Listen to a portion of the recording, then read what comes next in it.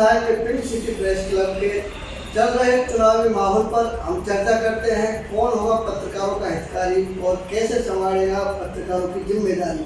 कार्यक्रम में हमारे साथ पत्रकारों के पक्ष को रखने के लिए प्रेस क्लब के साधारण सदस्य और वरिष्ठ पत्रकार अत्रि कुमार दादी मौजूद हैं। इन्हीं के साथ में हमारे साथ प्रेस क्लब के अध्यक्ष पद की दावेदारी करने वाले अभय सिंह चौहान, वरिष्ठ पत्रकार अभय सिंह चौहान और वरिष्ठ पत्रकार अत्रि कुमार दादी से हम सुलगते हुए मुद्दों पर चर्चा करेंगे। स्वागत है आपका। अत्रि जी, पत्रकारों की जो ज्वलंत जो समस्याएं हैं वो वर्तमान में क्या है, जिन पर इन प्रेस क्लब पे जो चुनाव लड़ने वाले जिम्मेदारी उठाने वाले पदाधिकारी हैं, इनसे इस बात को रखा जाए तो ऐसा आपके तरफ क्या होती है? देखो, पिछले कई सालों से पत्रकारों का जो एक संगठन है प्रेस क्लब, इसकी साख मार्केट में इस कदर गिरी है कि कोई भी इसका नाम लेते ही, और अधिकारी वर्ग हो या व्यापारी वर्ग, पत्रकार को फौरन बाहर निकालने की कोशिश करता था। उसमें पिछले 2-3 सालों से अब थोड़ा सुधार होना शुरू हुआ है। कोरोना काल 2 साल चला गया, उसमें प्रेस क्लब की स्थिति इतनी दयनीय हुई है, उसका वर्णन नहीं किया जा सकता, क्योंकि पत्रकारों के सारे साधन बंद हो गए थे।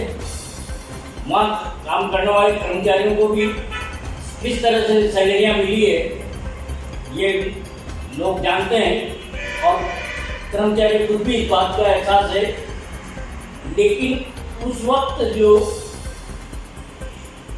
अपने ये रघुवीर जो थे कोषाध्यक्ष, उसने प्रेस क्लब को संभाला और कर्मचारियों को वेतन देकर के, जो हड़ताल पे चले गए थे कर्मचारी, उनको वेतन देकर के और क्लब को वापस चालू कराया। 3 महीने बाद चुनाव थे, लेकिन वो 3 महीने क्लब इस तरह से चला है जिसके लिए रघुवीर ने बहुत काम किया है। रघुवीर जाएंगे देखता अब वो कहाँ से पैसा लाया, कैसे लाया, सामान कुछ भी नहीं था क्लब में, वो सामान भी लेकर के आया और उसने क्लब की जागरण को जमाया। उसके बाद चुनाव हो गए। चुनाव होते ही जो पिछले कई सालों से जो कर्जे चल रहे थे वो, और कोरोना काल में और कर्जा बढ़ गया, तो सभी पत्रकारों ने यह तय किया था कि साहब चुनाव अगर कराएंगे तो चुनाव पे खर्चा होगा, तो अध्यक्ष से एक बार निर्विरोध लाया जाए।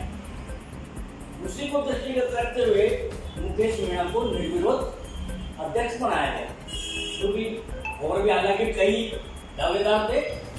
कानाराम परवा भी पूरे दम से चुनाव लड़ने में आमादा थे। उसके अलावा बिल्लू बनाने भी कह दिया था कि नहीं मैं भी चुनाव लड़ूंगा। और भी 5-7 ऐसे व्यक्ति थे। तो इससे क्या है कि क्लब पे अतिरिक्त भार पड़ता।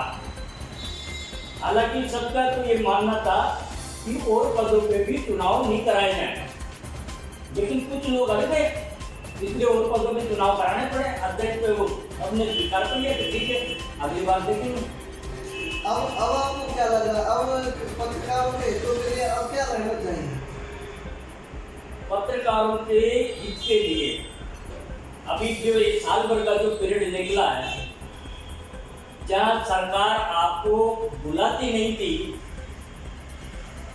आपसे बात करना पसंद नहीं करती थी, मुख्यमंत्री स्वयं आपके क्लब में आकर के गए, सबसे मिलकर के गए, उसके अलावा भी मंत्री और आके गए, मिलके गए, तो इसका मतलब आपकी साथ में सुधार हुआ है। चाहे वर्तमान अध्यक्ष ने किया हो या इसके पहले जो थे उन्होंने किया हो या सब पत्रकारों ने मिलके किया, लेकिन प्रेस क्लब में अब सुधार हुआ है।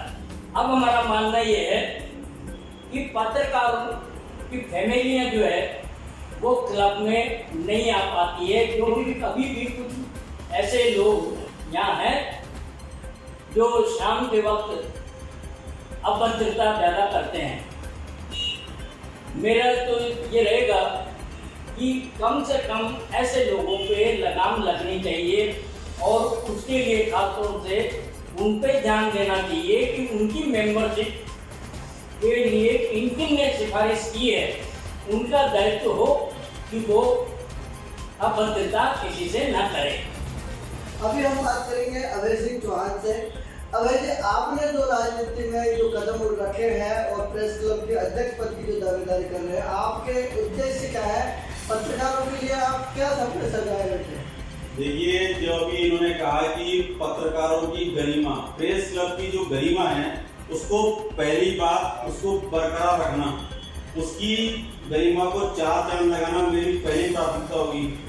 दूसरी बात, इन्होंने कहा कि जो क्लब में जो फैमिलियर वातावरण है, जो पारिवारिक माहौल है, कई सालों से जो खत्म होता जा रहा है, उस माहौल को मैं वापस लाने की प्रेस क्लब में कोशिश करूंगा, जिससे अपने जितने भी प्रेस क्लब के पत्रकार भाई हैं वो सब मिलकर के परिवार से वहाँ पर कोई प्रोग्राम हो, महीने में नहीं 2 महीने में, जब भी कोई होली दिवाली फंक्शन हो कोई, तो सब मिलकर के वहाँ पर अपना परिवार से वहाँ पर उसका एंजॉय करें।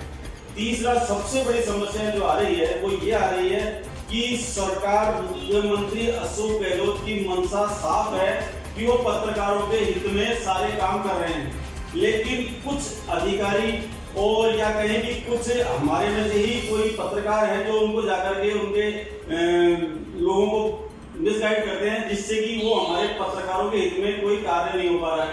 तो मेरी तो, यदि मैं बनता हूँ आपके पत्रकारों के सहयोग से अध्यक्ष बनता हूँ मैं, तो मेरी तो पहली प्राथमिकता यही होगी कि मुख्यमंत्री या फिर जो भी अपने जैसे डीपीआर है, जो भी हैं, उनसे मिलकर के और प्रेस क्लब के भविष्य के लिए और प्रेस क्लब के विकास के लिए कार्य किए जाएं, जिससे कि प्रेस पत्रकारों का भला हो सके।